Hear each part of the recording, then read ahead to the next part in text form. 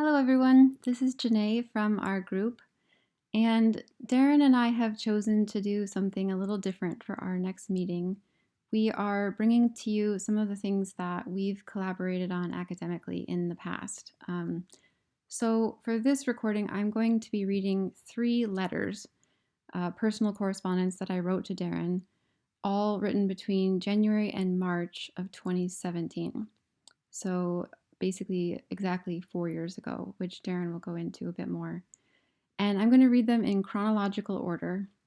But first, I have some background and disclaimers that I would like to provide. Darren hates it when I give disclaimers, but he'll just have to deal with it.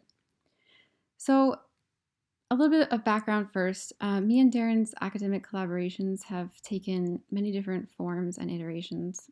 And for many years, it was letters like the ones that I'm going to read. And in the last 4 years, as I've been back in the United States consistently, we collaborate more just talking through these ideas on the phone. And we've tried various things. We'll read the same book or listen to the same podcast and then talk our way through it and take notes and work independently and then come back and go over those kinds of things. And we tried a YouTube channel at one point, and we've tried recording our conversations with the idea that eventually we might turn it into a podcast. And now back in our APT group, I guess. So we thought that it was a good opportunity to bring to you all some of what we've worked on together, how our thoughts have evolved in relation to some of these things, and then have the chance to improve upon that by bringing it into a larger collaboration with all of you. So that's kind of the idea behind us wanting to do it this way this time. I will admit that I never ever intended to share any of these letters with anyone. They are deeply personal, and I don't know, it wasn't something I would have really considered. But 2 meetings ago, I wasn't there, but I watched the video recording afterwards, and Mary mentioned that uh, she'd begun to have a serious critique of progress, including notions of linear time, which is precisely what these letters focus on. And much of my work has focused on that exact topic for years, so it seemed kind of too on the nose to ignore. So Darren asked me to share these with all of you, and that brings us to this. I originally emailed these to Darren, but I think about a year ago, maybe less, he asked me to voice record them because with his work schedule, he has more time to listen than read, and he wanted the chance to go over them again. So after doing that, he said that he felt that the way that I read them was actually really important to the information, the things I emphasized and how I put things and such. So we've decided to offer them to all of you in the same format. It has been an odd development for me that since leaving graduate school, a great deal, if not most, of my, well, no, not most, but a lot of my academic work has been in the form of personal correspondence. I write letters to people a lot, and some of you also know this. Stephanie, obviously, we've written back and forth a great deal, and more recently with Aaron and Peter. And I've found that some of my best work is done that way, in direct conversation with others, rather than academic papers which don't have the idea of really being in direct conversation with anyone necessarily. And in contrast, to me, this medium feels not only more personal, more collaborative, but also just less alienated. And for me, it forces me to consider what that person's knowledge base is and how I might need to explain things in a certain frame or try to be more clear. And those kinds of considerations I also just find lend themselves to better work anyhow, for me anyway. I also title my letters. I got in the habit of that probably 15 years ago, and mostly the titles only have a meaning to myself. And again, for me, it just helps to give it shape, to give it a sense of what the point is. So I'll share those titles and of these letters and what they mean as well as I go. The first letter is just very simply called January 20th, 2017, which was the day that Trump was inaugurated. And to this day, it is the only piece of writing where the time, the actual hours that I wrote it, was intimately tied to its content. And it references a book called Comradely Greetings, which was written by Slavoj Žižek and Nadezhda Tolokonnikova, or Nadia. She is the Russian political activist and the lead singer of the band Pussy Riot. Nadia was sentenced to 2 years of hard labor in a Russian prison camp thanks to Putin as a result of her activism. And during her time in prison, she and Zizek began a correspondence back and forth that they then later published as the book Comradely Greetings, which I highly recommend if you have the chance to pick it up. This first letter is also the one that I was most reluctant to share because it's less academic, more personal, and the academic parts are really just in broad strokes. It's quite a bit shorter than the other two, and it doesn't get into the weeds of things like the other two do. But Darren felt that it was an important lead-in to the other two letters, which maybe he can explain better. So I am including it. Just as a little bit of background also for that, there were quite a few years between 2010 and 2015 when I was traveling a lot. I lived in 3 other countries and sometimes in very precarious circumstances, including in the Middle East for a couple of years. And something about the letters between Zizek and Nadia reminded me of some of the correspondence between Darren and I during some of those harder times. So I referenced that. And just a couple other annotations that might help. Drawing dead is a poker term. It means that a player's fate has already been sealed, whether or not they even know it, that there are no cards left that they can draw that would allow them to win. And Less Than Nothing is Zizek's largest work to date. It was published in 2012. It's an 1,100-page monster of a book, and Zizek has said that it's his most seminal work. And it's a monumental book. It's fantastic. But I also think that parallax view is actually more important as to provide the basis for his overall framework. But I reference Less Than Nothing, I think, quite a bit in these letters. So, okay, I think that's all the background I wanted to provide for the first one. Let's see. Okay. January 20th, 2017. Dear Darren, it is 11:28 a.m. on the East Coast as I start this letter. 32 minutes and 10 miles from here, Trump will take office. Today I will stay home. I will try to reflect on this historic moment, and I am writing to you. Those seem like the best possible actions to take today. Tomorrow I will be on the streets of D.C., not because I think the protests will amount to anything, but because in my cynicism, I want to get a clearer picture of how impotent they really are. I want to know where we stand.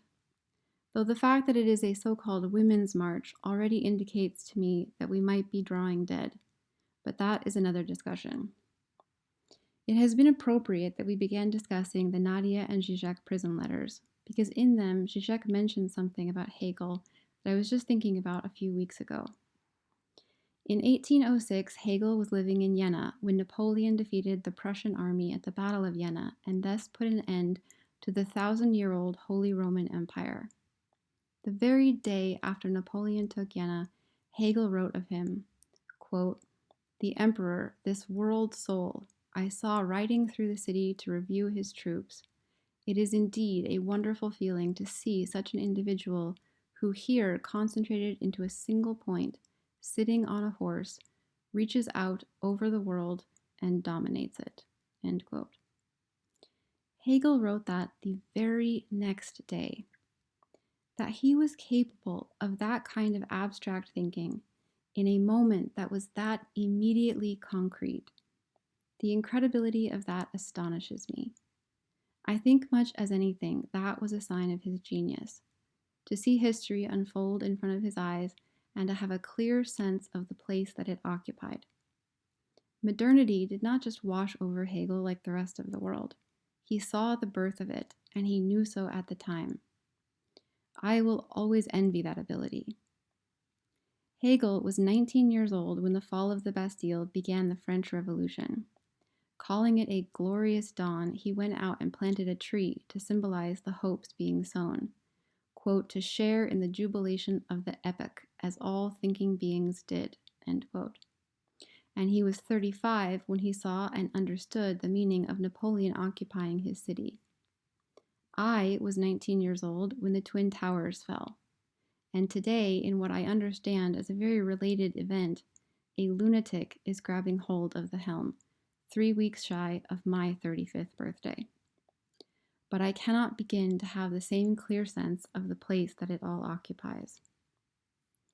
Hegel saw the birth of modernity. Zizek often contends that we are about to see the end, and it is why he argues that the 21st century will begin and end with Hegel. That is what the project of Less Than Nothing is about as well. Zizek's big contribution, his intent, or one of them, is reinstating the idea of grand theory.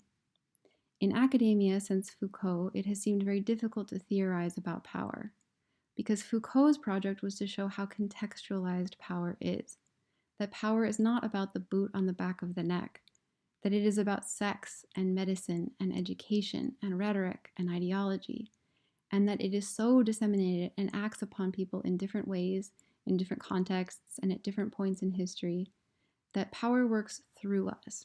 It constitutes us, which was all critical work, but it also sort of scattered the academic project and put theory into a precarious position. Now, Zizek comes along and shows us again that there is a unifying theme globally today, and that we can theorize about it on a global scale, and we must. And that theme is what we are calling global capitalism. Zizek shows with ruthless clarity, in my estimation, that capitalism acts upon you. No matter who you are or where you are, it is the force of power today in nearly every context. And it is so pervasive that we cannot see it for the construct that it is. We cannot even imagine taking it down. It has invaded our imaginations to foreclose all possible alternatives. In fact, the idea of an alternative is so obscured that we are not even yet truly searching for it. Thus, his work has also been a great deal about the imagination and the role that that has to play politically in imagining otherwise. So, Zizek reinvigorates Hegel and Marx, and he brings pop culture to bear, and this is also part of why he is so criticized for not offering alternatives. But time and again he asserts that it is not his project to offer alternatives, that cannot be the point as of yet, that we cannot get there if we do not yet know how to think and how to imagine. But nobody really since Foucault has had this impact. Yes, Butler is very popular in the United States, but her work is quite located in culture and gender studies and in the tradition of Foucault and French psychoanalysis, and she brings Freud back and so on. But I believe Zizek is operating on a different abstraction. Sometimes they are lumped together because he too often writes about cultural issues, but really only because he is so prolific that he basically writes about everything. Yet his project is much larger than that, and Chomsky too does not even come close. And history will judge where to place Zizek in this scheme, but I believe that if capitalism crumbles in the next century, as he predicts, that his theory may be poised to be the philosophical voice of that global economic revolution. I only express that now in order to give myself a sense of shape to the history of philosophy and how it was shaped and helps to shape alongside global events and the arc of history, to try to place these movements and moments on their proper abstraction, to know that which it occupies. These seem like important meditations today, but I digress. I am glad that you found some of the letters between Zizek and Nadia. Nadia wrote, quote, "If the world spirit touches you, do not expect that it will be painless," end quote. Her writing in their exchanges is often like poetry. Speaking of those who are capable of clarity even in youth, she was only 23 at the time and writing under brutalizing conditions. In those letters, Nadia and Zizek are brilliant and beautiful representations of theory and practice, each representing both clearly, and sometimes as representations of male and female. It strikes me that they are both humbled by the other, and they count themselves as the privileged one to be having the exchange. Nadia and Zizek seem to me like soulmates in the proper sense of that term. And I didn't only mention them as a reading suggestion. I mentioned them specifically after you had said what you'd said because I saw you in those letters. And at my most arrogant, I would say I saw us. Academically, every topic they touch on was a conversation I felt you and I could have had. I mean, how few people have I met who would understand what Nadia's sentence really means, that if the world spirit touches you, it will be painful. But more than topically, some of the same dynamics at play about whose position is the authentic one in relation to historical circumstances. As you mentioned, your concrete working class groove that acutely experiences a particular mode of the brutality of power, or our entrenchment in or alienation from the institutions of academia, or from a war-torn country in the Middle East, or whose knowledge base is to be deferred to, whose pain is counted, and how empathy, concern, and respect are expressed in ways that may or may not preserve a mutual recognition. When I have known a truth in you, Darren, and or the who in you that is true, the privilege was always mine, one of the greatest of my life. Intellectually, much of their letters focus on where the lines of distinction about global and or so-called late-stage capitalism ought to be drawn, either writ high or writ large or both, and they wonderfully challenge each other on these points. Whether or not capitalism today is defined more by a totalizing normality or by, quote, the logic of erratic excess. In other words, are the lines drawn on these levels of theoretical abstraction, to which Nadia then offers more regional and colonial geographic distinctions, saying that today's capitalism not only wants us to believe that quote, hierarchicization and normalization have been exceeded, end quote, and she implores the two of them not to, quote, fall into the trap of exclusive and discriminatory universalization, end quote. To which Zizek then offers again the Hegelian totality. At which point I wish I could ask him what purpose this serves to conceive of capitalism as everything it is at the same time that it is everything it is not, as he does in Less Than Nothing as well. Their letters are a wonderful neo-Marxist dialectic offered up by the two of them from their two very different vantage points. The timing is serendipitous now as well, as you are about to depart for Taiwan. You mentioned to me that this will be an interesting juxtaposition to your trip to China. I would offer that their letters also might offer points to think about in this regard. Zizek says that it is wrong to conceive of China as facing a choice today between capitalism or communism. And in fact, he says that capitalism is exploding in China today precisely because of its communist rule. It is a point on which I would welcome your perspective. What they undertook was an impassioned intellectual exchange, but beneath that you will see two people who have reached across the void to one another, and from Nadia's position against terrifying obstacles. Their letters were monitored and subjected to censorship, so they were prevented from discussing her life in the prison camp and the torture she was suffering, but it is heartbreakingly detailed in the book.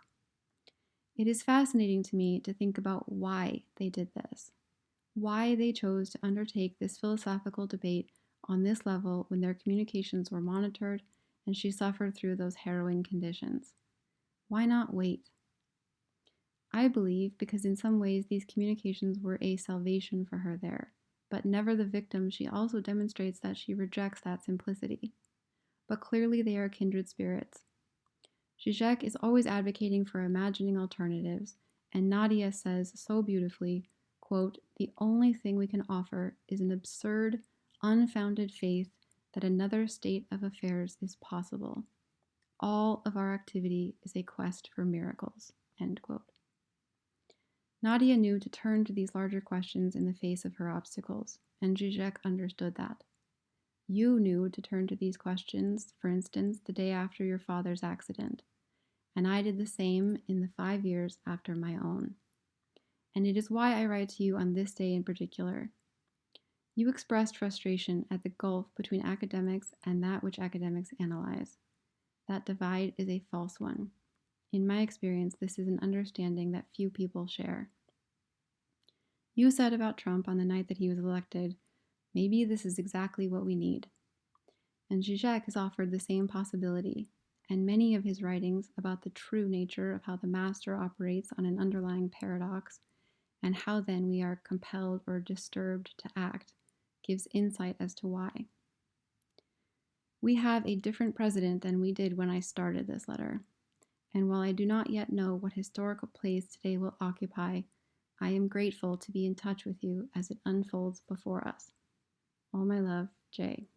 2:12 p.m., January 20th, 2017.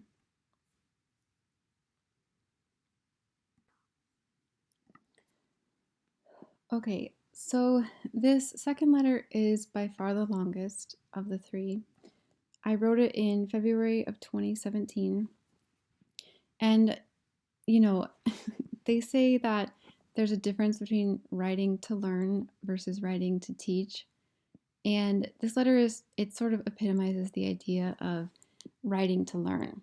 And you'll see that I'm working through these concepts, kind of in real time as I go. So it meanders a little, it gets a little tangential, and some of it ends up being not as clear as I would have liked. So in the third letter, I actually go back and look at this one again and re-examine it in a new perspective. And I think that that goes a long way to making it much more clear. In the third letter, I'm able to simplify some of these thoughts, organize them more effectively, and boil it down to the essentials. But it's important to go through this second letter first to see how I get there. The title of this one is This is Water, and the meaning of that makes itself abundantly clear, so I won't go over it. I don't really think I need annotations beforehand. I do reference a specific movie scene from the movie Charlie Wilson's War, so I'm going to ask Darren to include a clip of that scene along with the materials for our next meeting, because it would just be more fun if we all had that as a reference point anyway. Okay.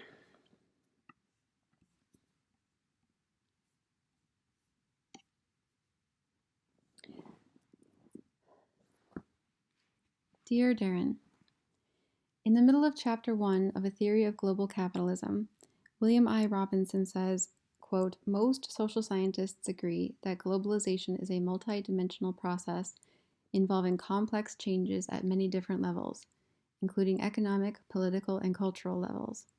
There is much less agreement on how to order these dimensions, however, or whether there is an underlying determinacy.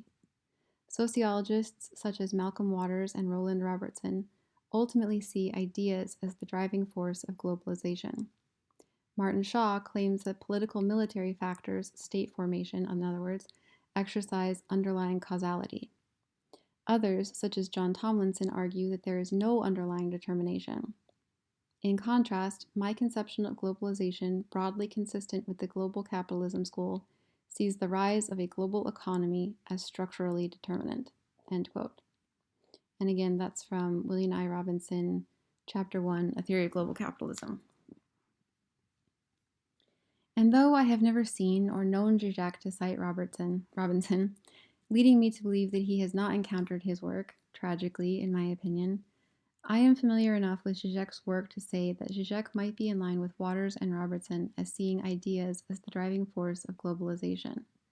Or rather, we could say that if sociologists favor ideas as the underlying determinacy, perhaps philosophers like Zizek see ideology as the underlying determinacy in all facets of social life.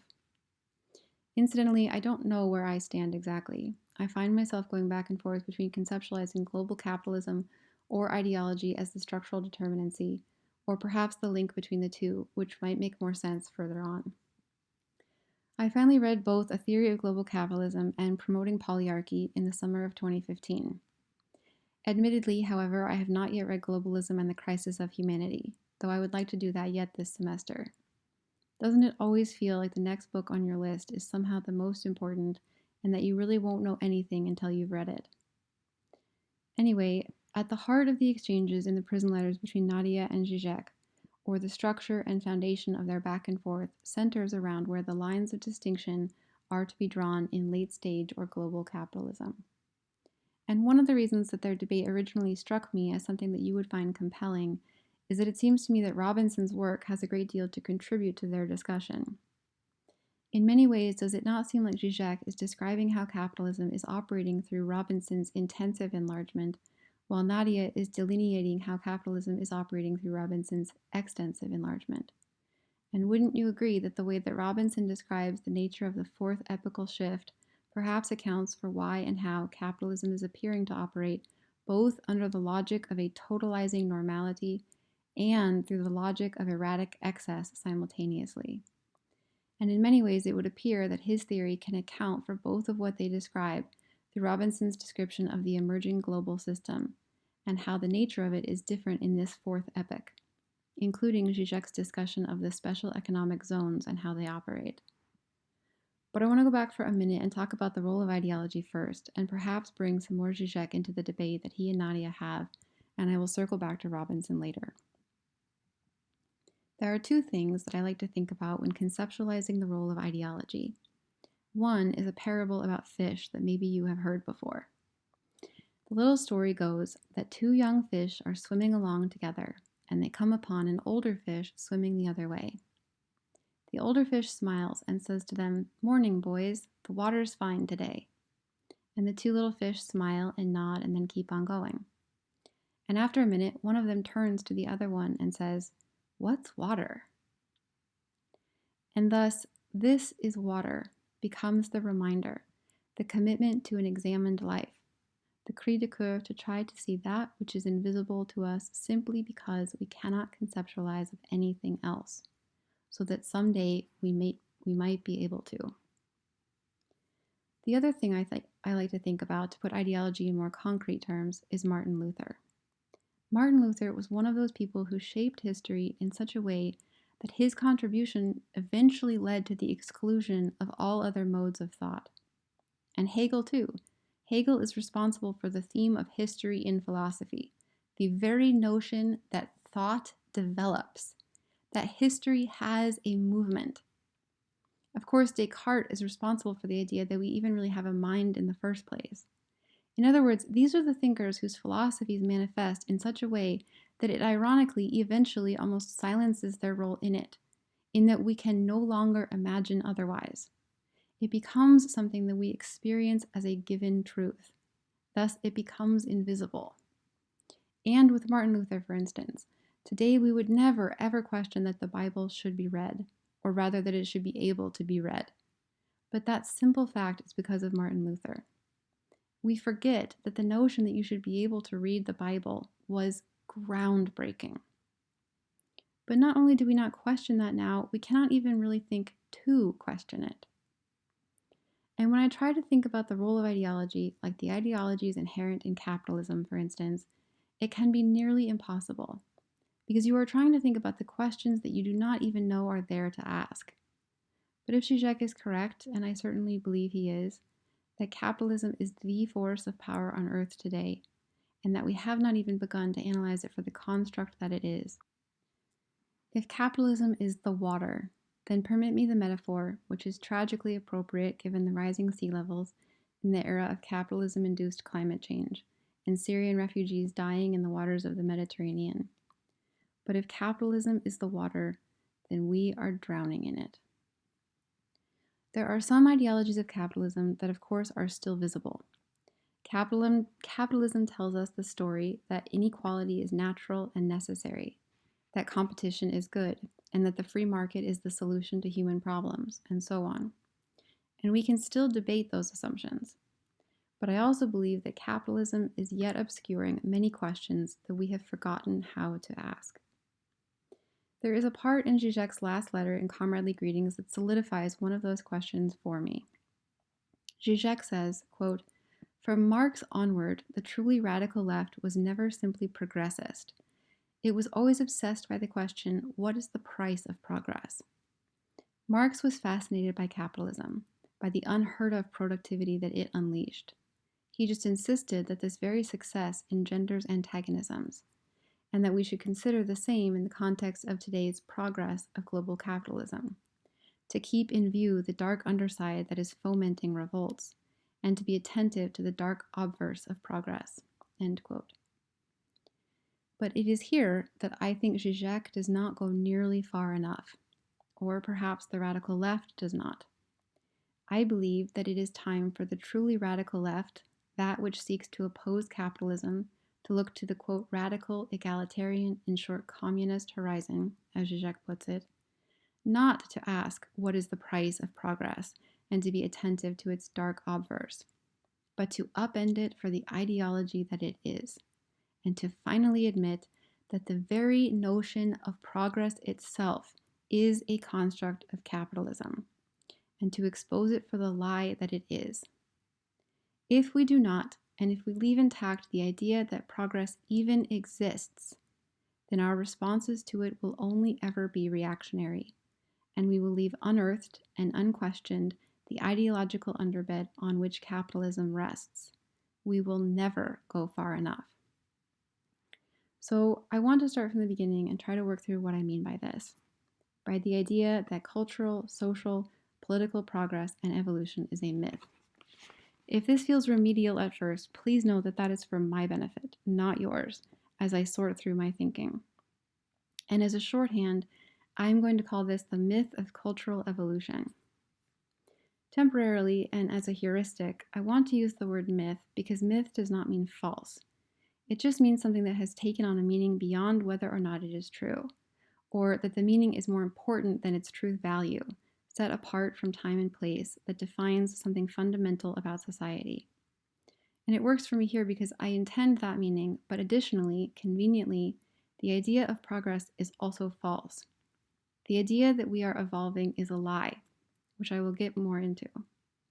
And as I've said, it is also an ideology, and by that I am going to mean a narrative that naturalizes processes which reinforce power structures. So that's my definition of ideology here. A narrative that naturalizes processes that reinforce power structures. So that works equally well here. Like I've said, an ideology is a story that explains the world, and yet it is so taken for granted as true that it is not told as a story. There is no time, place, or subject to the narrative because it is not meant to be culturally specific. It is supposed to be about the nature of the world in a universal or given sense. Like I said for capitalism, the narrative that inequality is natural.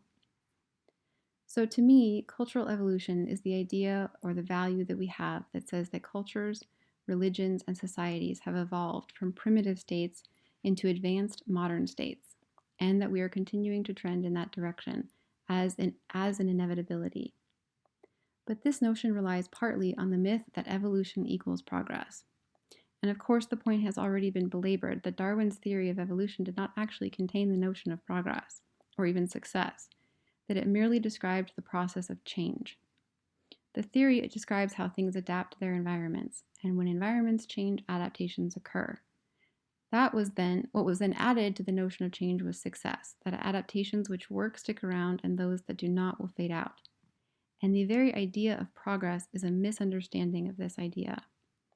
Because it is not that things progressively get better, but that things are always changing as the context is always changing.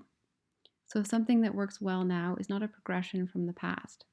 Progress merely judges the history and the future by the values of today. And this can be applied to a species, an idea, a movement, a society. It is about survival, not progression, because progress is always a value statement, and evolution is just objective. It is merely matters of fact.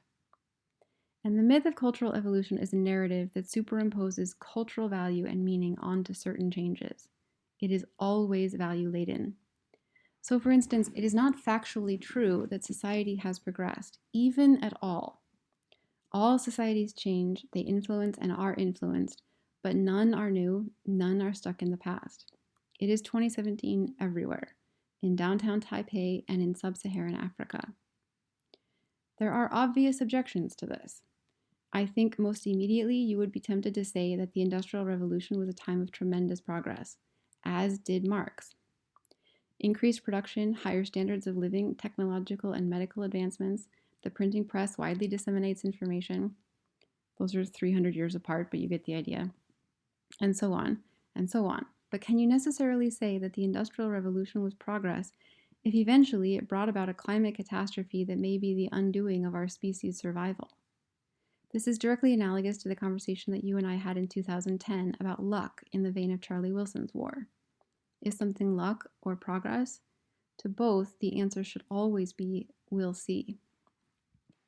And of course, we can and do talk about progress, but it is never objective, and it is always a value laden statement. And capitalism owns that value, and that is the part that must be acknowledged. Because the idea that newer societies are, quote, better is always ethnocentric, and it depends on your vantage point. So, for example, the Christian right today has a discourse that secularism is not the pinnacle of modern society, but that it is a wrong turn, a bastardization of human progress away from the manifest destiny of the United States as a Christian nation that's primed for the second coming. That the real timeline is the Christianization of America, and thus their rhetoric is about returning America to its greatness. And part of why Make America Great Again is successful is because it is comically vague and, of course, coded white supremacy. In Lebanon, many believe that because Islam came after Christianity, that it is the more advanced thought. Obviously, the rhetoric in the United States is quite the opposite. The irony there is that Christianity in the United States sees Muslim societies as more primitive, partly because they are less technologically advanced and ostensibly have less gender equality, so-called advancements that the Christian right also decry. Then within the United States, Mormons say that they are the true evolution. Joseph Smith gave us the Last Testament, while others say that the Church of LDS is just another wrong turn. The myth of cultural evolution flattens the world into one timeline, and the world is infinitely complex. So the myth does not tell us something. So the myth does tell us something, but it does not prove anything. It is a story that provides value and meaning. Another problem with it is that progress is never equally applied, and it always obscures its negative externalities. Yes, there have been global technological advancements, but we don't just have to wait 150 years and then point to their ecological devastations, or the fact that they also gave us nuclear weapons. We can also see immediately how those same advancements contribute to a growing inequality globally, and those go hand in hand. Progress in one realm always obfuscates its downsides in another. And this, in turn, is used as an ideology to say that other cultures are stuck in time, primitive, under, or undeveloped. And you do not even have to look to the global scale for that, as Native Americans are still regarded as a glimpse into the past. But there is no such thing as an ancient society or a modern society. All societies have histories of influence that predate their current forms. So in many ways, the myth of progress is dangerous. It has been and still is used to justify wars, the exploitation of marginalized peoples by dominant societies and cultures, Iraq, Afghanistan, certainly Palestine, and it is always ahistorical. Another problem with this myth is that it always legitimates privilege. Because if the arc of history is progress, then that implies that oppression 20 years ago was at least better than oppression 50 years ago or 300 years ago. And it takes the perspective of the privileged, and the narrative is never that you did do wrong, it is that you are doing better. Past oppression is always justified by the progress of today. Progress assumes that things are getting better, but that assumption relies on a situated viewpoint. The slaves were freed, and it's time that Black people got over it, and so on. So reparations are never necessary in this framework. There are no amends to be made because things are moving forward. But let us look at the example of slavery more closely, because just as with the Industrial Revolution, it is an easy target to point to as an example of progress.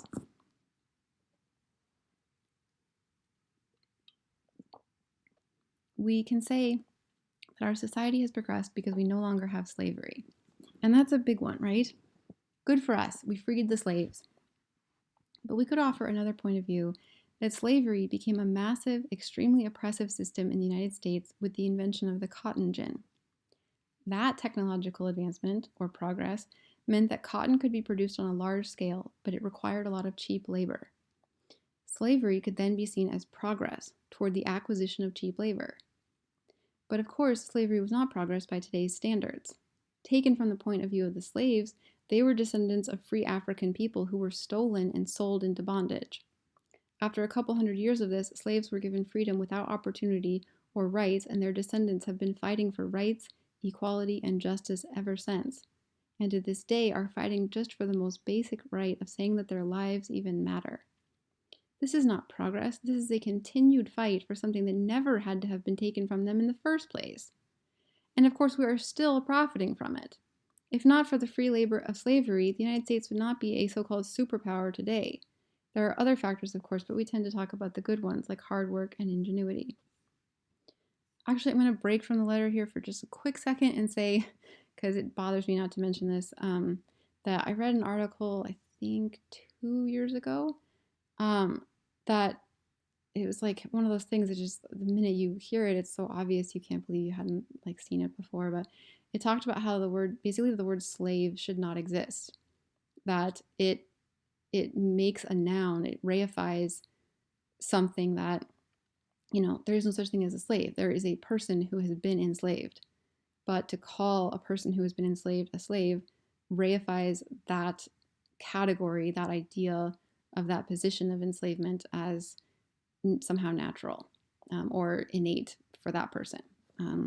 So the article, basically made a strong argument for the fact that that word shouldn't even exist. So, okay, back to the letter. More and more, I am convinced that there is no social, cultural, economic, or political progression. There are certainly times of more or less justice, of course, but the ideology of progress actually obscures that struggle for justice. To have a sense that progress is inevitable or natural is to allow ourselves to be complacent. If anything, the contemporary political situation shows us just how fragile our rights are. There is nothing inevitable about justice. Nor is there anything particularly lasting about it either. I mean, Christ, Russia just decriminalized domestic violence 3 weeks ago. It is always about the struggle.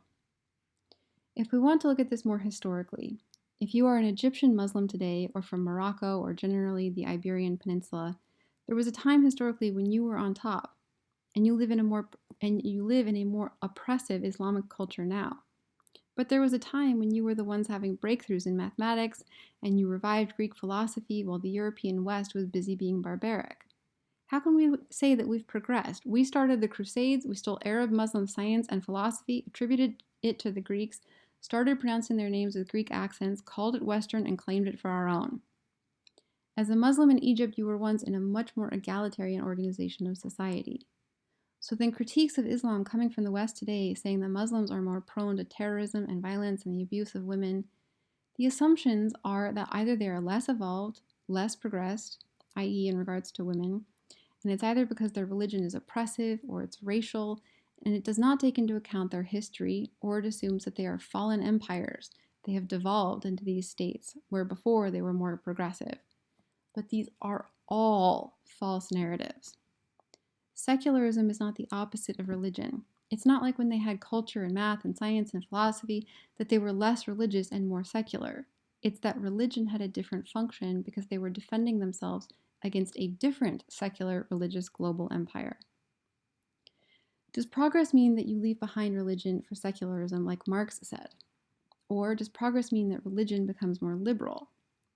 Because Islam in its most conservative forms in the Middle East, not terrorism, but culturally conservative Islam, veiled women, and so on, those are not ancient traditions. Those are contemporary conditions that are responding to a contemporary world. So why is that not progress? We could say it's not progress because it's not justice, if the arc of progress we seek is justice. But they are that way not because they seek injustice, but because they are responding to injustice. Because not only does the idea of progress flatten the world into one timeline, it is also always necessarily seen in a box, by a snapshot. But things never happen in isolation. The world is not only infinitely complex, but infinitely intersubjective. The globe is networks, and there is no progress in networks. There's movement and ebbs and flows and dynamics and reactions and reverberations, and some things are more functional or dysfunctional, and sometimes justice is a byproduct, but it is not a corollary to progress. The path towards justice is a bloody one. The very idea of progress is larger than its truth value, so I am not interested in arguing it on its truth value, because that's what the defenders of modernity do. They say, well, we have better medicines. How can you be against modernity? It's made our lives better. Technology makes our lives better and easier, and so on. but I am not interested in arguing its truth value. I want to throw out that narrative because progress, as capitalism defines it, is the prevailing ideology. Because of that, it gets to own the modern world. Why does modernity get to own progress rather than saying that we only have this medicine or this technology because of your victimization or those people's exploitation? They are fighting for their lives, much less reparations. The ideology of progress is so strong, so pervasive, that it gets to claim everything that is a part of it. And it is so bound up with the idea that time moves forward, that trying to conceive of it as a construct is almost like trying to imagine that time does not move in a straight line either. Penicillin is progress. No. It was a medical breakthrough that happened in a specific context, but that does not mean that it had to. But the injustices globally today are products of capitalism's progress narrative, and we can trace that. You cannot tell me that we need capitalism in order to have iPhones. Where is the proof of that? Under a different global order, we would have different technologies, but we do not know that it wouldn't be better. Capitalism's greatest victory today is claiming all of progress for itself. Because we have things today that we did not have under feudalism, we also have the narrative that capitalism was necessary to have those things now. But couldn't we have gone from feudalism to X and still had those things? And perhaps in a way that did not require the global injustices of capitalism. Because what good is having all the best medicine in the world if you cannot access it or afford it anyway? And the field of medicine alone would be a fruitful way to take this discussion. As with the abolition of slavery or the Industrial Revolution, medicine is an easy target to look at as progress. But there are job titles such as pharmaceutical anthropologist and ethnopharmacist who work for Big Pharma, whose sole jobs are to go into the Amazon rainforests and other realms of indigenous traditional knowledge to hang out with the shamans and mine their knowledge base to find so-called new medicines. This is not a new tactic, it's how we have aspirin. We have a false dichotomy that so-called natural medicines are plant-based, while we imagine that allopathic or Western medicines are not. Whereas, of course, more than 75% of manufactured pharmaceuticals today are plant-based, including their active ingredients. Anyway, more recently, pharmaceutical anthropologists found elders putting turmeric spice in wraps around swollen joints, and now turmeric extract is sold for $26 a bottle at Costco as a joint supplement. And if recent history is any indication, that eventually the demand for this will end up harming those same indigenous populations. These are medical advancements that capitalism will claim when it has no right to, and yet the resulting injustices will be products of that same narrative. So I do not want to argue about if there have been benefits or not. Progress is not the flow of the universe. It is an ideology. We must begin to extract that which progress claims, which it has no claim to, or has no actual authority to claim. Justice does not need progress. It only needs justice. And the narrative of progress is an impediment to justice because it makes it incremental. And I am not interested in incremental justice. But Marx himself still very much played into the idea of progress. He was a product of the Enlightenment too. But going back to how the notion of progress operates ideologically, I want to undertake an extreme example to try to invert the narrative of it.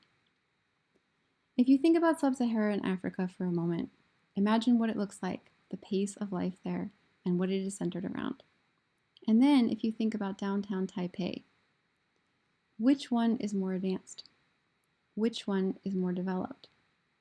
Which one is more successful versus which is more primitive? Which one is more forward in time?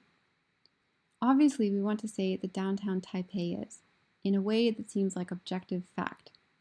But actually, objectively, neither one are, as every single one of those judgments is a value-laden statement. So let us imagine if those values changed. What if tomorrow the entire world magically woke up and recognized climate change for the threat that it is, as the true potential to be our species' undoing? And what if all of a sudden the only marker of success was which country had the lowest carbon footprint? Indeed, if the only way we could even conceive of the idea of success was by this matrix. if capitalism vanished off the face of the earth, I guess, then every single one of those values would have changed. And all of a sudden, sub-Saharan Africa would be the most advanced region on earth. And the United States and Europe would be the most primitive, the furthest behind. And the more urban, the more the economy is expanding and therefore consuming, the more primitive that society would be considered. Progress would then be the dismantling of industry, to dismantle consumerism, turn off the lights, give up technology, stop the production lines. If the only goal was to combat climate change, then every single thing we are doing now would be seen as backwards. And now imagine if the only goal was justice and the radical egalitarian horizon. The world would be upside down. The ideology of progress proves itself as such by showing how it may be invoked to justify a different view from before. It is not that the narrative proves something, but it is that it tells us a great deal. And what it tells us now is not that we need to examine the dark obverse of progress and be attentive to and critical of the price that it exacts, as we have tried to do since Marx. What it tells us is that the notion of progress is the dark obverse, and it tells us that capitalism owns the very notion of it. If we are to be truly radical, which is my favorite etymology, coming from the Latin radic, meaning root, and we intend to get at the root of how capitalism operates, this seems like a critical distinction. It is important to discuss whether this is merely an academic exercise or if it has practical value. Because I do not necessarily think that just because something is an ideological construct that we must try to overcome it. The idea that we have a mind separate from body, thanks to Descartes, might be an ideological construct, and while it might be a fun academic tangent to remind ourselves of that, I would need to hear a compelling argument of what practical purpose this serves to try to actually overcome that. You could reasonably argue that it does not matter if the fish know of water. But then capitalism is very different. If we are interested in thinking outside of it, then the question of exactly where the structural determinacy of global capitalism lies is a crucial one. Is it, as Robinson contends, with the rise of the global economy? Or does that still yet rest upon ideological constructs that must be unearthed, as it seems that Zizek is so often aiming for? But the practical aim of that exercise must always be kept in view. But as you said so eloquently, Darren, quote, when you frame a question in a certain way, you are already pressing your critiques and your solutions in a certain direction. And as a result, how you can creatively respond becomes limited by that frame. Your abstractions become transhistorical. And as a result, your analysis cannot grapple with the shifting terrain. End quote. If we take my proposition seriously for a moment, that all conceptions of cultural, social, and political progress are a myth, then it is worth asking where that comes from. After all, Hegel's thought is ultimately dependent upon a teleological trajectory. Hegel epitomized the Enlightenment, and as I said, he is responsible for the very idea that thought develops. Before that were the rationalists and the empiricists and Kant and Leibniz and Hume and 2,000 years of people, men, believing that each new mode of thought just invalidated what came before it and was the final answer. There wasn't the concept of the process, merely right or wrong. And then Hegel comes in, he takes Kant's dialectic and says that it is the process itself, the history, the becoming, the developing of thought, mind, spirit, Geist, consciousness, that is the force and flow of the universe. So where does that leave us? If you acknowledge the notion of cultural evolution as a myth, how do you reconcile that with Hegel without dismissing out of hand the most important thinker of the last 300 years? And my answer, in the simplest terms, is that those are very different levels of abstraction. I, personally, do happen to believe in the dialectic when it comes to consciousness. I believe that the process matters, and that we can conceive of progress in that regard, because that is where the concept of justice resides for me, far beyond the reaches of capitalism. I think when you move one level down, and from Hegel to Marx, from consciousness to the realm of the political and the social, and the dialectic becomes dialectical materialism, that same idea of progress becomes a very dangerous one. It becomes an ideology that naturalizes processes that reinforce power structures. It becomes something that capitalism can and will claim for itself. Originally, you said to me, quote, "It is such an uphill battle. How can anything meaningful ever develop if people are always dependent on crisis, on a level of absolute tragedy to gradually make sort of meaningful historical movements?" End quote. And I told you that the first thing that came to mind was the last sentence of Less Than Nothing. And maybe you have looked it up since I mentioned it. But the last sentence of Zizek's masterpiece reads, quote, "The communist horizon is peopled by 2 millennia of failed radical egalitarian rebellions, from Spartacus onwards.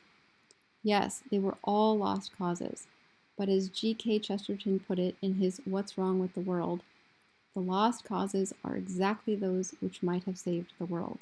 End quote.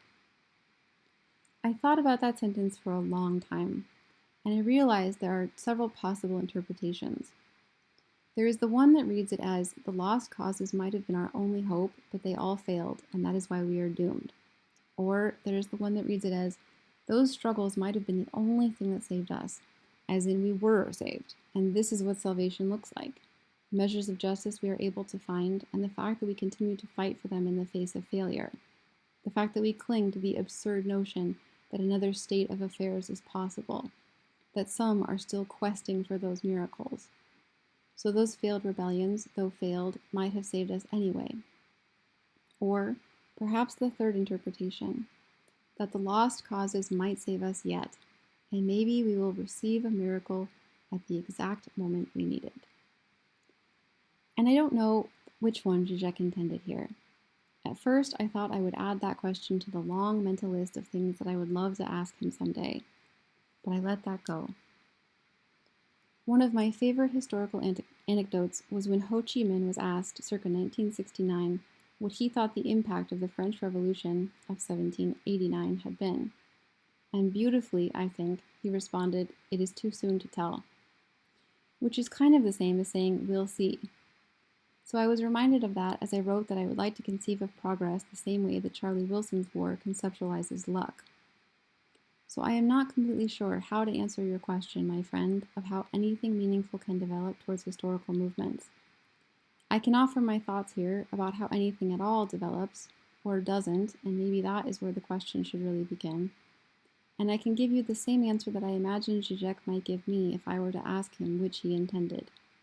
Because I decided that I would like to believe that if I asked Zizek which meaning he intended, his answer would simply be, "We'll see." And in the meantime, I think we sometimes try to look past the dialectic that Marx envisioned to the one that Hegel did, to the one where justice lives. We try to ask the questions that we have forgotten how to ask, and we try to keep breathing underwater.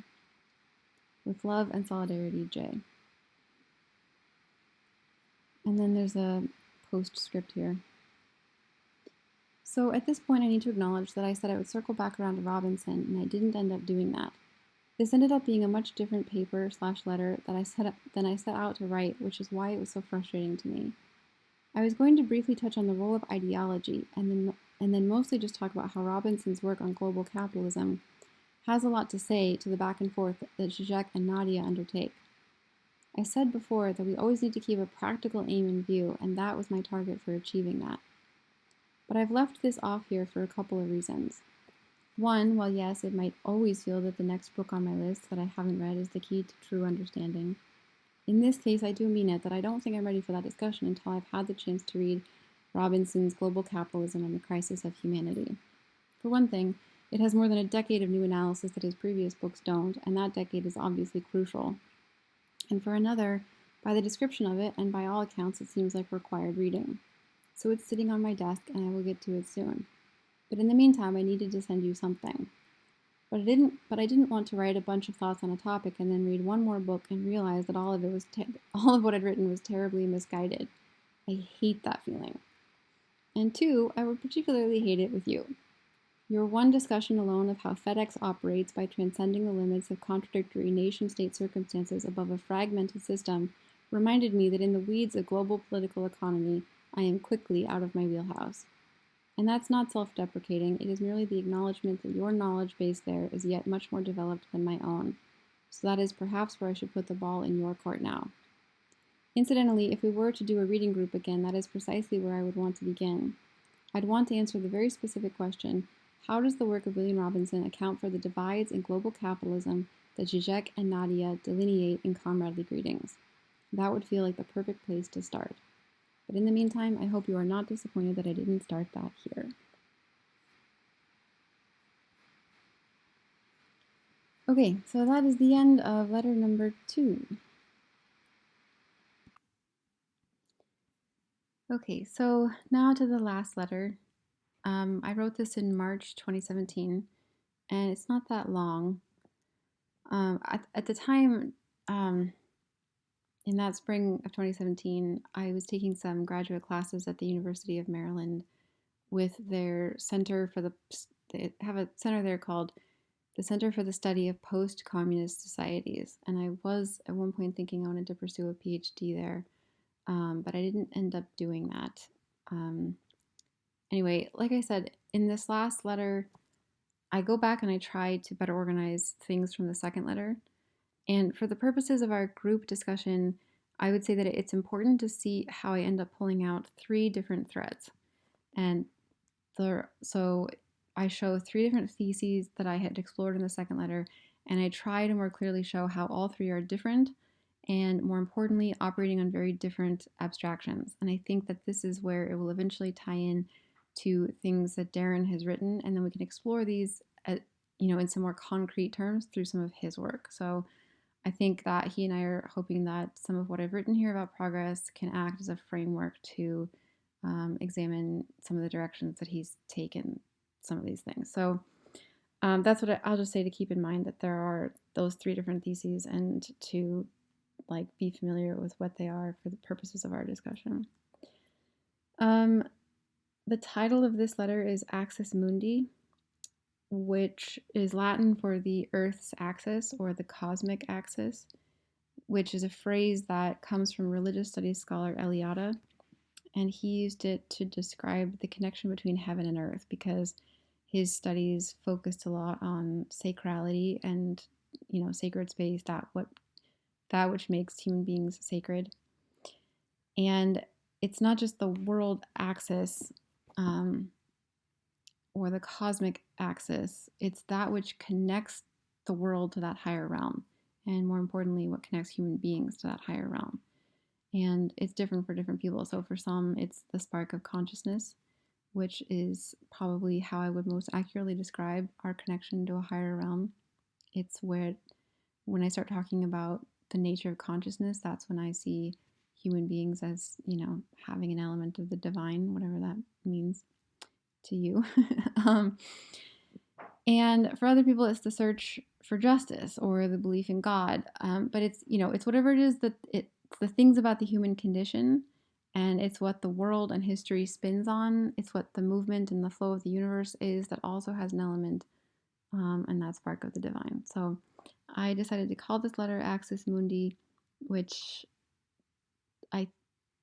I think eventually, through the course of what I say, particularly at the end of the letter, kind of makes itself more clear why. Okay, and then after I've read this, I'll have some more to say that can hopefully act as a segue into the rest of what Darren's going to have us read and review for our meeting, and can I kind of also give an update about how it's been 4 years since I wrote these, so how some things have changed for me and where my work has gone and developed, and my work in conjunction with Darren as well. So okay. Dear Darren, I am snowed in today and unable to go into campus, so I think I'm going to take this opportunity to try to fix what has been bothering me about the paper that I sent you. When I write, I often feel like I am trying to chase this very elusive feeling, the feeling that I have finally said what I wanted to say, that I was able to hit at the heart of it. And that's hard to explain, but it is a feeling that is unmistakable. And I never did achieve it with what I sent you, and it's been gnawing at me. So I hope that you will indulge me while I try to aim for that center again, and hopefully this won't feel redundant. I realized that in my last letter, I actually articulated several different theses that I was conflating into one thing, and I think that that's why it felt like a rambling mess. So I want to really clearly try to pull out those different threads and distinguish them, and perhaps that will help us. At one point, I said that the point I was trying to make was that the notion of progress is a narrative that capitalism has come to own. At another point, I said that capitalism has claimed all of progress for itself. And yet later, I said that my point was that the idea of progress itself is a construct of capitalism. And those are three extremely different things. And I think that was tripping me up. So I want to talk about the first one, the notion that progress is a narrative that capitalism owns. What that would mean is that progress exists as a theoretical concept. Like we can conceive of a goal in mind and then we can state and that we can take steps to achieve it. It means that we can make progress on anything in any conceivable way. And it sounds like all I'm saying is that capitalism owns the idea of those goals at this point. The goals of a growing economy, increased production, technological advancements, and so on. What it means is that when we think about progress, we are thinking about the progress of capitalism and all that that entails. The answer would then just be to change the goals, and thus change our conception of what constitutes progress. And this is what that mental exercise about comparing Taipei to sub-Saharan Africa was about. Just trying to flip the narrative about which one is more advanced as a way to imagine if our conceptions of progress can change. But I left intact the concept of progress there. I was saying that we need to have new goals and make progress towards them, more specifically the goals of justice and the radical egalitarian horizon. But that is terribly misguided, and it really does not get at the most central point I was trying to make. Because isn't that what the left has always done anyway? Hasn't the left just tried to articulate other conceptions of progress and work towards them? Towards equal rights for women, gay rights, equal access to health care, and so on and so on. In fact, don't they call themselves progressives for this reason? And their own progress narratives just run parallel to those of capitalism and are often intertwined, or at least they don't really critique those of capitalism. At best, they are reactionary to those of capitalism, but still working within the same framework that time is moving forward toward the incremental achievement of goals. So now to the second point, the one when I said that capitalism's greatest victory today is claiming all of progress for itself when it has no right to. This is also different, but this one is still valid. This was when I said, quote, penicillin is progress. No, it was a medical breakthrough that happened in a specific context, but that does not mean that it had to. You cannot tell me that we need capitalism in order to have iPhones. Where is the proof of that? Under a different global order, we would have different technologies, but we don't know that it wouldn't be better. Because we have things today that we did not have under feudalism, we also have the narrative that capitalism was necessary to have those things now. But couldn't we have gone from feudalism to X and still had those things, and perhaps in a way that did not require the global injustices of capitalism? What good is having all the best medicine in the world if you cannot access it or afford it anyway? They very seriously might as well not exist, because for all intents and purposes, for you, they don't. And I think that this is important, to recognize that all of the things that we like to conceive we have gained from capitalism actually don't necessarily have anything to do with capitalism. But the ideologies of capitalism have obscured this fact entirely. This thesis is a solid one, I think, but it still does not get at the heart of what I wanted to say. But this could be sort of its own essay, to talk about how, because capitalism claims those advancements for itself, it is also able to justify the resulting global inequalities like some giant cosmological trade-off. Billions are starving, but also we got penicillin and iPhones out of the deal, so no worries. So this is the thesis where Zizek's argument lives, that we need to be attentive to the dark obverse of progress and critical of the price that it exacts. But this still leaves intact both the concept of progress and the idea that capitalism gave us that progress, both of which are myths. So now to the heart of the matter, the one that I was really aiming for in the first letter but never quite hit. And that is my thesis that the notion of progress itself is a construct of capitalism. And this one is by far the most academic, or at least the most esoteric and abstract. So I don't know how practical we should judge it to be, but I did want to at least distinguish it as separate and try to explain it more clearly. So reading back over my paper, the closest I came to getting at this was when I said that trying to conceive of progress as an ideology, which is so bound up with the idea that time moves forward, that trying to conceive of it as a construct is almost like trying to imagine that time does not move in a straight line. So that's the point that I need to return to. When we think about what we want, let us say in the broadest terms, and in Zizek's terms, it is the, quote, radical egalitarian communist horizon, which I suppose is debatable, but I am not interested in debating that at this point anyway, neither in this paper nor in my life in general. And I'll come back to this and a discussion on utopia at the end. But if we take that goal as our given and we think about that horizon, we conceptualize it as in the future, do we not? Even by the very word horizon that Zizek has used.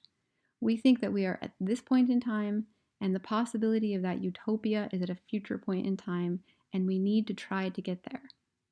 And how else would we get there except by making progress towards that goal? We are thinking in the ideology of progress as the very flow of the universe. But like all utopias, the idea of it is just as real or as unreal if we conceptualize it as in the future or if we were to conceptualize it as in the past. It does not exist in time yet, so it doesn't matter where we place it. Either heaven ahead of us or the Garden of Eden behind us, no. It is the same mythical place either way. Either it is something we are working towards or something we have deviated from. And in my paper, I did an okay job deconstructing the notion of progress by talking about how evolution does not contain the idea of success or progress, just objective facts about change with no value attached to them, and how the idea of progress requires looking at things in a very limited time frame by very limited values for a limited set of people or a situated viewpoint, and by a very specific level of abstraction.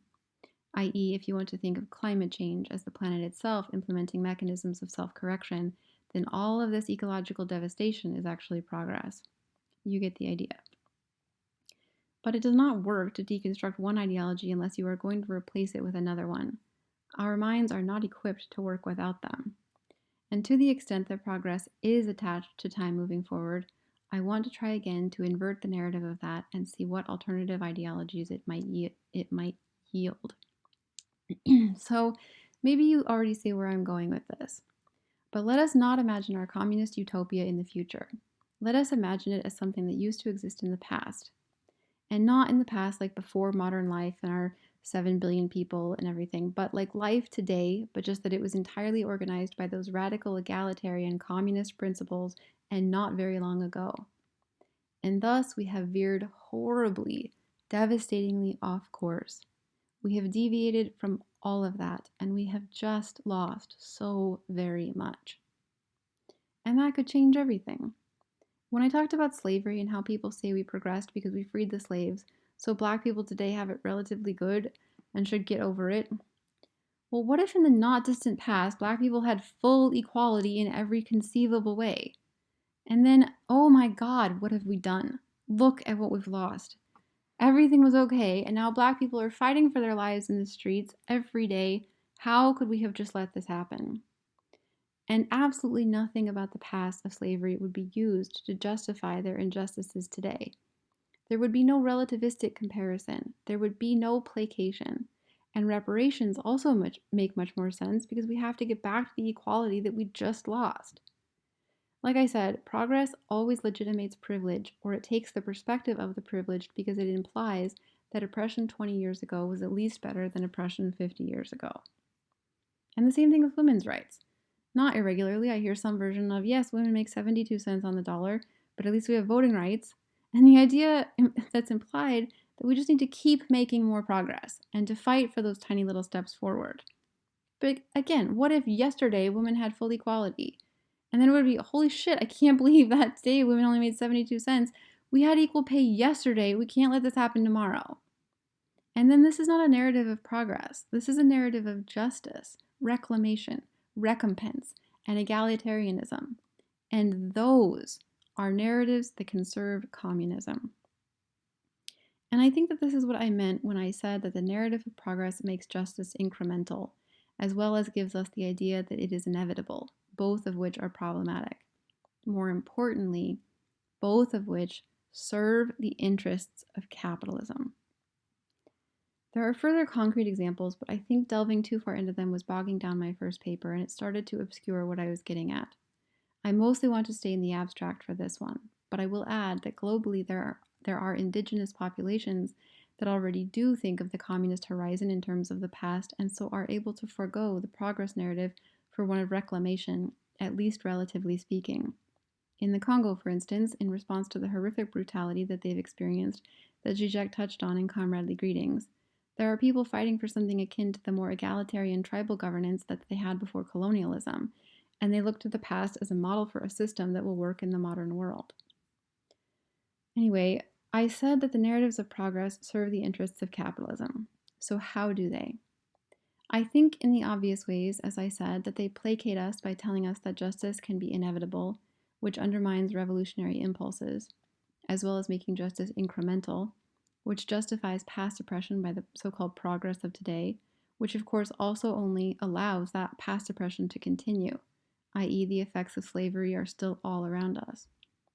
But also, much more fundamentally, progress is the worldview of capitalism. When you think about the differences between capitalism and communism, you want to start talking about the differences in the relations of production, differences in ownership, wages, control, and allocation of resources, and so on. But there's a more important one. Capitalism is the idea, or so-called logic, of infinite growth, infinite expansion, of empire, of capital, of economy, of profit, of exploitation. It is the idea that things move forward ever more. It is Robinson's enlargement. It is progress. And it is progress for the sake of progress. And what is communism? If you do imagine that communist utopia, imagine that the entire world is organized by radical egalitarian principles, that all resources are allocated properly, that justice reigns. Consider what would be the notion of progress there, or even growth, or expansion. How could they even be conceived to exist? What would they possibly even mean? The ideology of progress not only serves capitalism, it is capitalism. And when we imagine trying to move towards the communist horizon, we are talking about communism, but we are thinking like capitalists. And I think that, finally, is the center I was aiming for. The idea that things are moving forward not only serves every agenda of capitalism and operates on the worldview of capitalism, but it undermines every form of its antithesis. And I guess those are sort of maybe the same thing. But every movement, maybe even by the fact that we call it a movement, every rebellion, every opposition, every obverse, the idea that those things are also moving forward, but just running parallel to or in reaction to capitalism, that idea of progress could invalidate them all. The idea that we are going somewhere is perhaps one of the biggest lies that we tell ourselves. It allows capitalism to subsume every antagonism as progress becomes both the problem and the solution. And is this not exactly what you expressed frustration with, my friend, when you asked me, how can anything meaningful ever develop if all we can do is gradually make sort of meaningful historical movements? Because you are not interested in incremental justice either.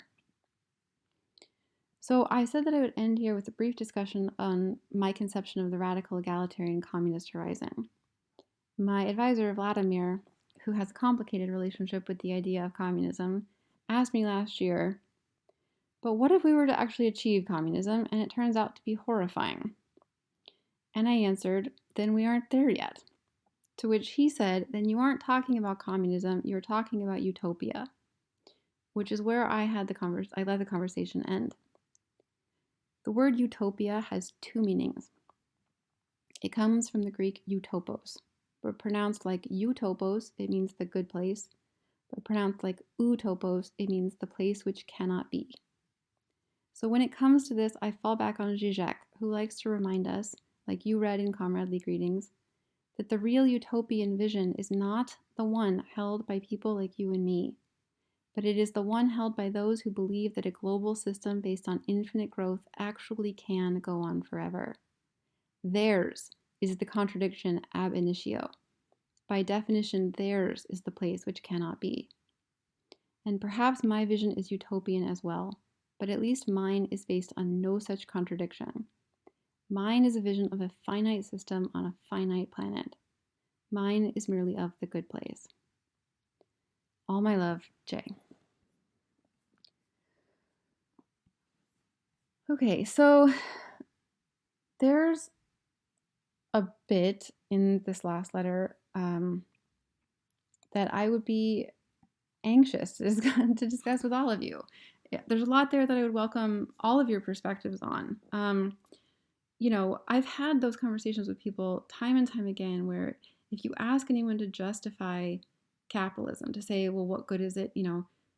The first things that people will point to are things like penicillin and iPhones, and they'll say higher standard of living. Of course, that's always in the context of for a small group of people. And they'll talk about technological advancements, medical advancements, the so-called higher standard of living, those kinds of things. And they'll say, but then if you start to point out the downfalls and the pitfalls of capitalism and the global inequalities and injustices, there does eventually come to be some sort of like cosmological trade-off discussion.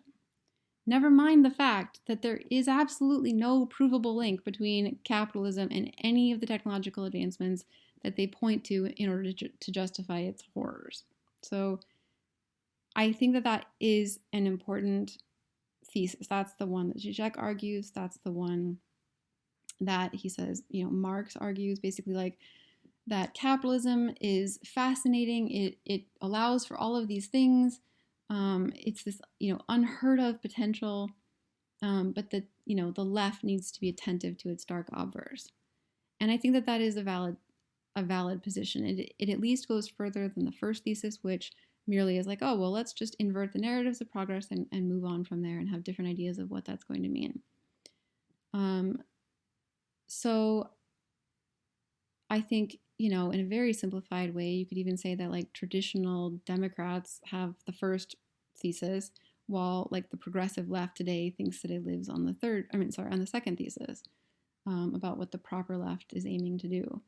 And then I am trying at the end there to offer the third thesis, the third perspective that I feel like goes to something more fundamental, which is about changing our conception of time itself.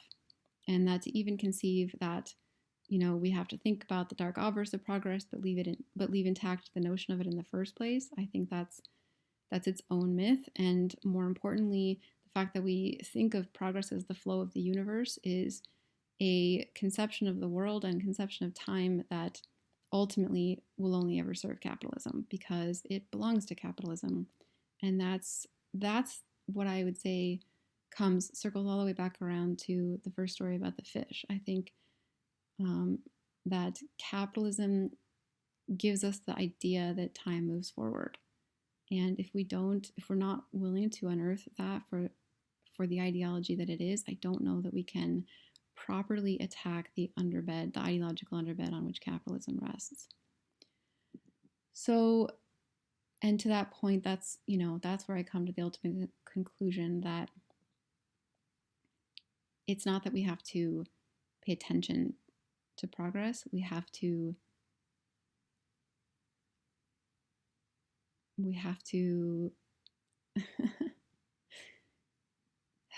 stop thinking of linear time and stop thinking of that there's really any even such thing as progress. Okay, so I hope that all of that was clear to the best of my abilities. And then there's a million different directions to take this. Darren, I know, is going to attempt to use this as a framework to analyze some of the things that he's written, which I think is a perfect way to sort of, put this all to the test and see what it yields. The other thing that eventually I would really like to do is have the opportunity, if we are able to sort of use this as a jumping off point. I don't want to I'm not interested in taking over the group. I know Darren isn't. But these are things that he and I have wrestled with for so many years, and we've gone in so many different directions from all of this. And I would just, I respect all of you intellectually and academically, and I would always welcome the opportunity to get into some of these other things. Darren asked me once, how my thinking about all of these topics has changed since I wrote these letters, given that they were several years ago now. I said that the couple things. One is at the end of the second letter, I said, if you undo the notion of progress, where does that leave you in terms of Hegel's thought? Because Hegel epitomized the Enlightenment. He epitomized the notion of development and history as a movement and the dialectic. And so I said, how do you recognize the myth of progress without, dismissing the most important thinker of the last 300 years? And I eventually at that point I said that I can, I think we have to undo progress when it comes to the realms of political, social, economic, and that, on the realm of dialectical materialism, it becomes dangerous. It becomes an ideology that is used in the service of oppression. But that there's still a notion of progress in the dialectic when it comes to consciousness. And I think that was kind of a cop-out. I think that there is a lot more that needs to be done there in terms of reconceptualizing Hegel's thought. And I think that Zizek actually has tended in that same direction. But I think that the way that I ended that second letter was kind of a cop-out. I was like, okay, well, yeah, but progress exists in this realm, but not this other realm. And so that's nice and tidy. Let's just undo it in this realm and not think about how it connects to the other one. And I think that it was just because my thinking hadn't gone very far at that point yet. And so I didn't really have a solid way of articulating anything like that. So,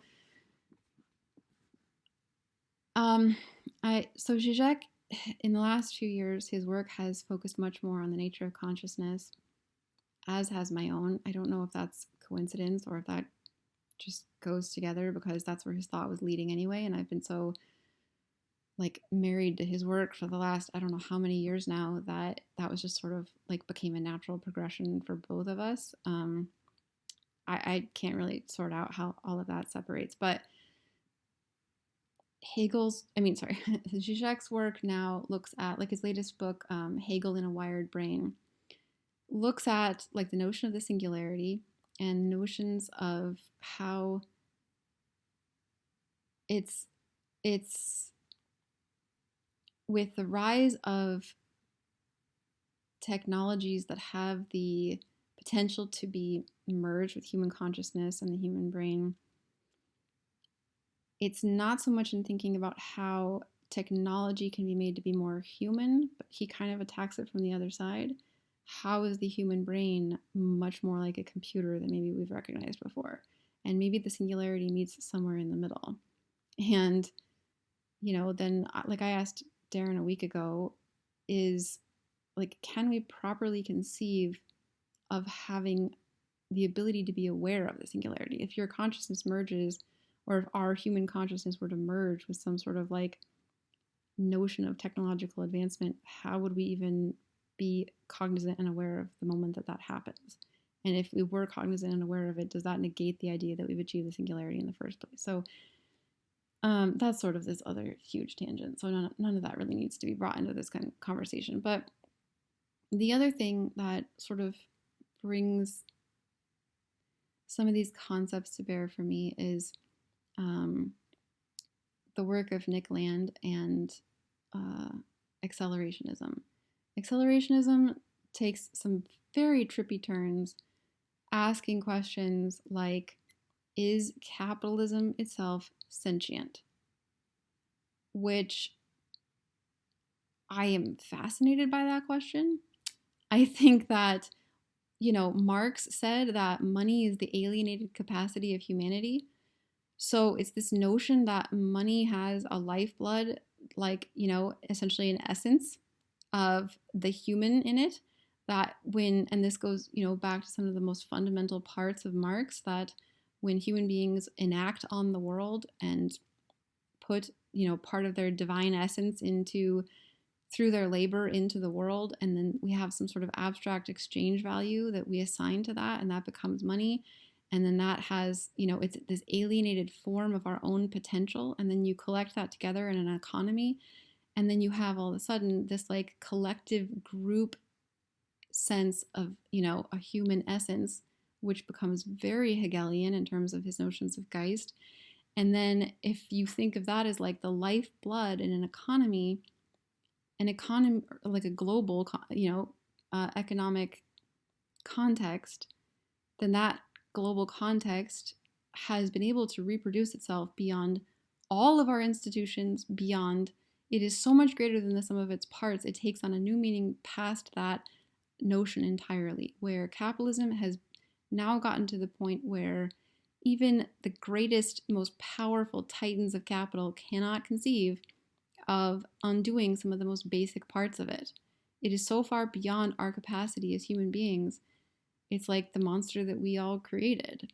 And so if it takes on this essence derived from human beings through this lifeblood that we've transferred into it, and then that becomes this system that reproduces itself beyond our own capacities, can we conceive of that as having an independent sentience? And then you combine that with the singularity and, these notions that Zizek and Nick Land and accelerationism have developed, and you get into some really, really trippy realms, all of which I'm fascinated by and have worked a lot on and love to write about and think about and talk about. So if any of you are game, that's kind of where some of my thinking has gone in the last years. And yeah, there's also some interesting tangents I've gone down recently, trying to look at climate change from a broader dialectical position, and maybe with a radical optimism that perhaps our greatest struggle is also maybe our greatest opportunity to face off against capitalism, and maybe that it's the only thing that could have given us that chance from a dialectical perspective. And seen in that view, how do we approach it? Anyway, so yeah, of course, I fully recognize that much of that might be a purely academic exercise, not necessarily with any practical or strategic applications. But then again, maybe not. And I also recognize that these are kind of niche interests, pretty recondite, and might well be beyond the implied mandate of our group, which is totally fine. And at the very least, I just sincerely appreciate you all entertaining all of this for the next meeting and allowing Darren and I to offer some of this in this format through these old correspondences, and for listening and considering it and working with us on some of this. I am incredibly grateful for that. He and I have tossed around some of these ideas for years, and I never could have dreamed of bringing some of these thoughts and these ideas to you guys. So I'm just very grateful for that. So thank you all. I did want to add also, just because it really, really bothers me, that there's a part in the second letter that irritates me now. It's the parts where I'm talking about if just yesterday women had equal pay and Black people had full equality, and then today we woke up and it was gone, how would we react? That part irritates me. I decided not to change anything about the letters for the recording. I just wanted to leave everything as is. But like I've said to Darren, that part is extremely weak compared to where I could have gone with it, and the powerful perspectives that could be offered there. So if that comes up in our discussion, we could get into more of that. But if some of you were listening to that and feeling like that left a lot to be desired, yeah, I'm with you on that. Also, in the last, not the last meeting, but the one before that, and the recording that I watched, Mary mentioned in relation to critiques of progress and linear time something about applications of Nietzsche, which I would be quite interested in.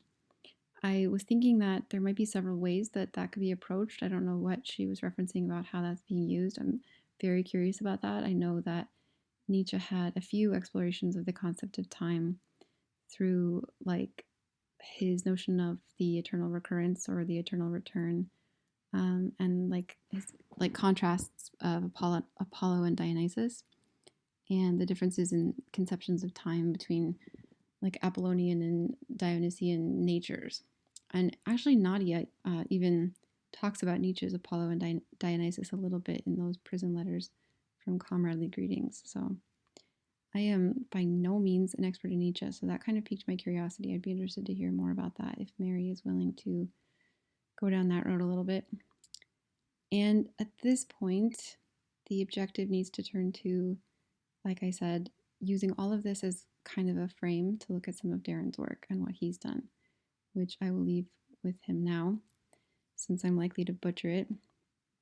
I will say that the way that Darren has interacted with everything here about critiques of progress and conceptions of time, he has, well, first of all, he has a background in Marx's notions of time that he had me read a couple of books about, I think at least 3 years ago now.